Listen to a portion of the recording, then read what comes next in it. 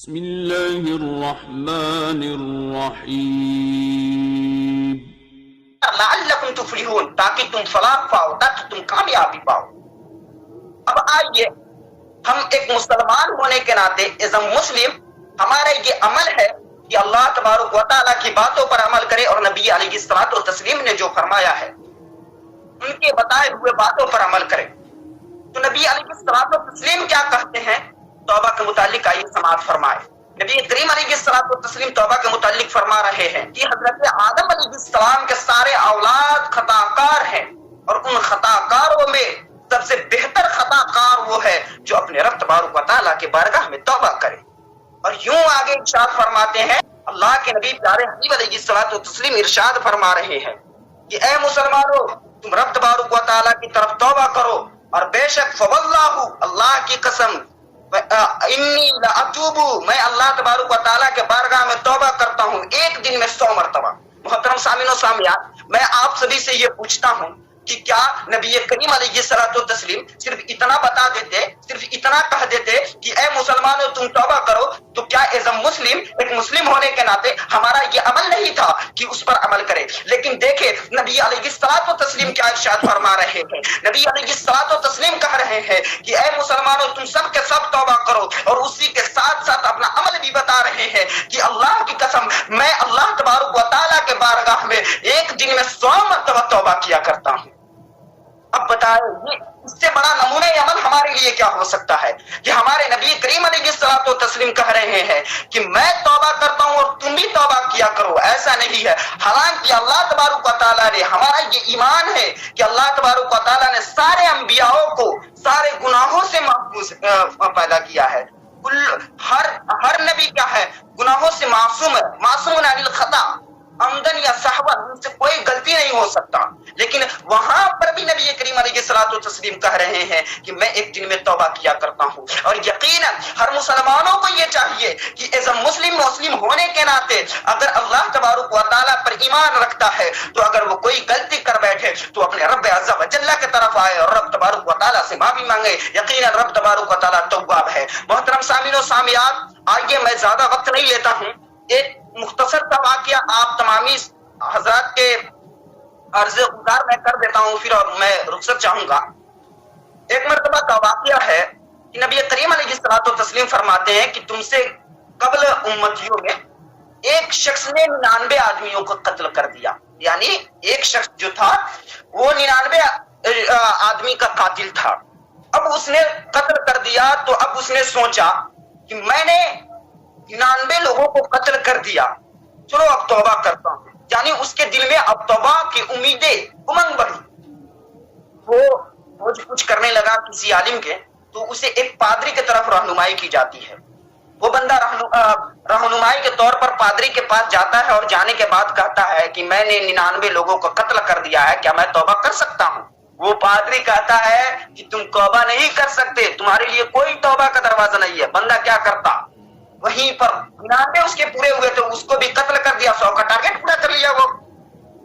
پھر اس کو مارنے کے بعد، پھر اس کو قتل کرنے کے بعد کچھ کرنے لگا کہ مجھے کسی عالم کی طرف رہنمائی کی جائے، تو اسے ایک عالم کی طرف رہنمائی کی جاتی ہے۔ وہ عالم کے پاس جاتا ہے، کہتا ہے کہ میں نے 100 لوگوں کو قتل کر دیا ہے، کیا میرے لیے توبہ کی کوئی راہ ہے؟ میں 100 آدمیوں کا قاتل ہوں۔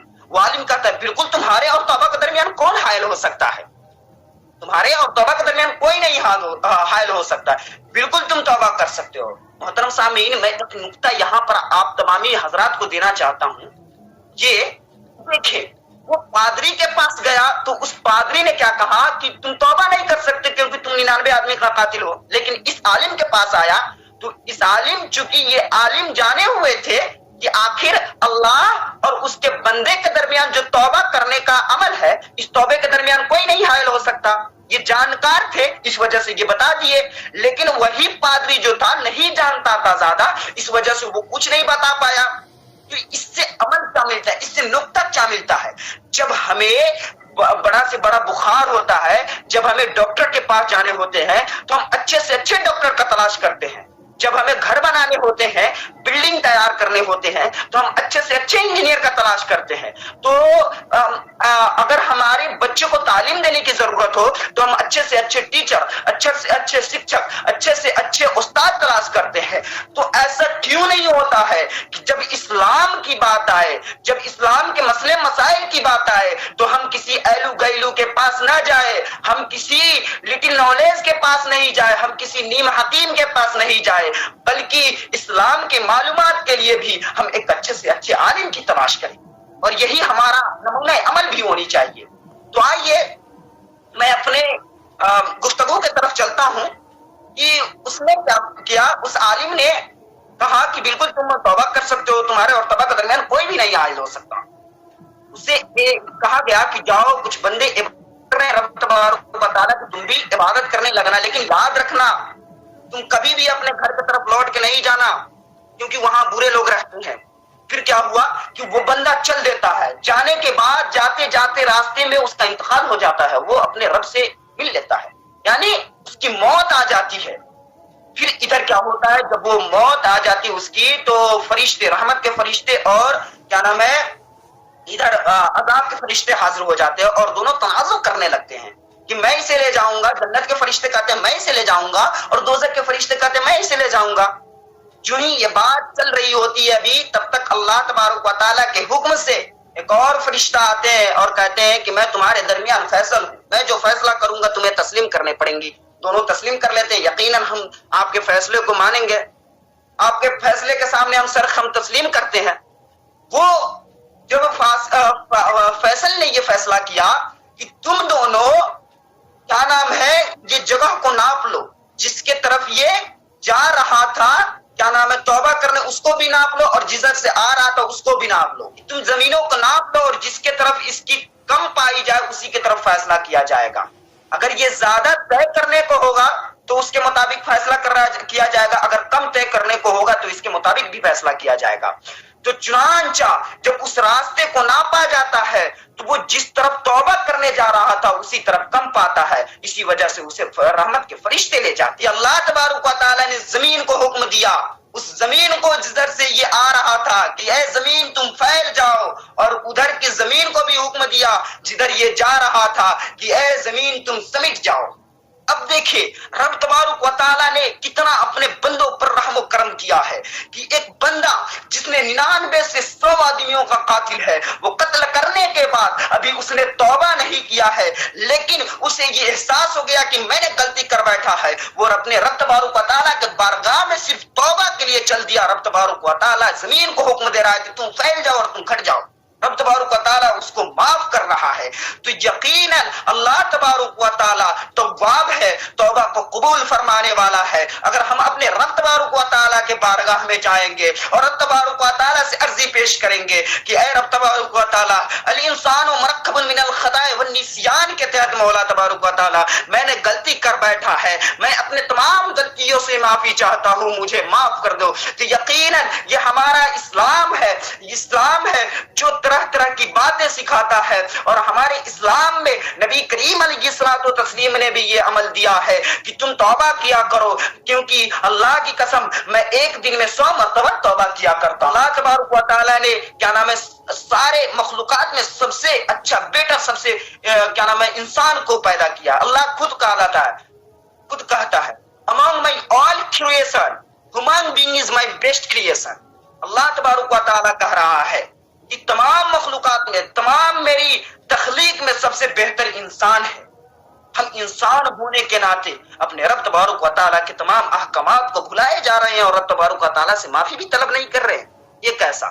ہم سبھی کو یہ چاہیے کہ اپنے رب تبارک و تعالیٰ سے معافی طلب کرے، رب تبارک و تعالیٰ کی طرف توبہ کرے۔ اور توبہ کی ایک یوں مثال دی جاتی ہے کہ جس طریقے سے گائے کے تھن سے دودھ نکال لیا جائے، پھر آپ اس دودھ کو اس تھن میں واپس نہیں کر سکتے، اسی طریقے سے جب ایک گناہ سے توبہ کر لیا جائے، جس گناہ سے توبہ کر لیا جائے اس گناہ کے طرف لوٹنا نہیں ہے۔ جس طریقے سے آپ تھن میں واپس نہیں کر سکتے دودھ، اسی طریقے سے آپ کا عمل یہ ہونی چاہیے کہ آپ کو گناہوں کی طرف لوٹنا نہیں ہے۔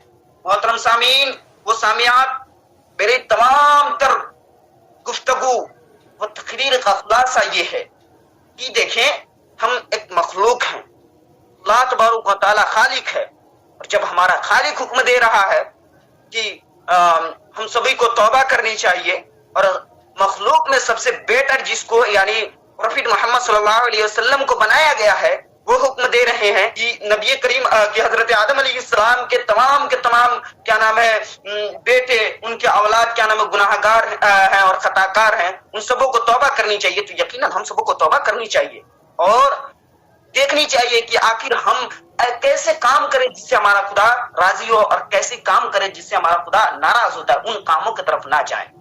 مولا تبارک و تعالیٰ سے دعا کرتا ہوں کہ مولا رب کائنات، اگر میرے بولنے میں کسی قسم کی لغزشیں خطائیں ہو گئی ہو تو مولا رب کائنات مجھے ایک طالب علم کے صدقے معاف عطا فرمائے، اور میں دعا کرتا ہوں کہ ہمارے تمام ساتھیوں کو مولا تبارک و تعالیٰ اپنے حفظ و امان میں رکھے، اور ہم سبوں کو تمام بلاؤں سے، تمام آفتوں سے محفوظ عطا فرمائے۔ وآخر دعوانا الحمدللہ رب اللهم إنا نعوذ بك من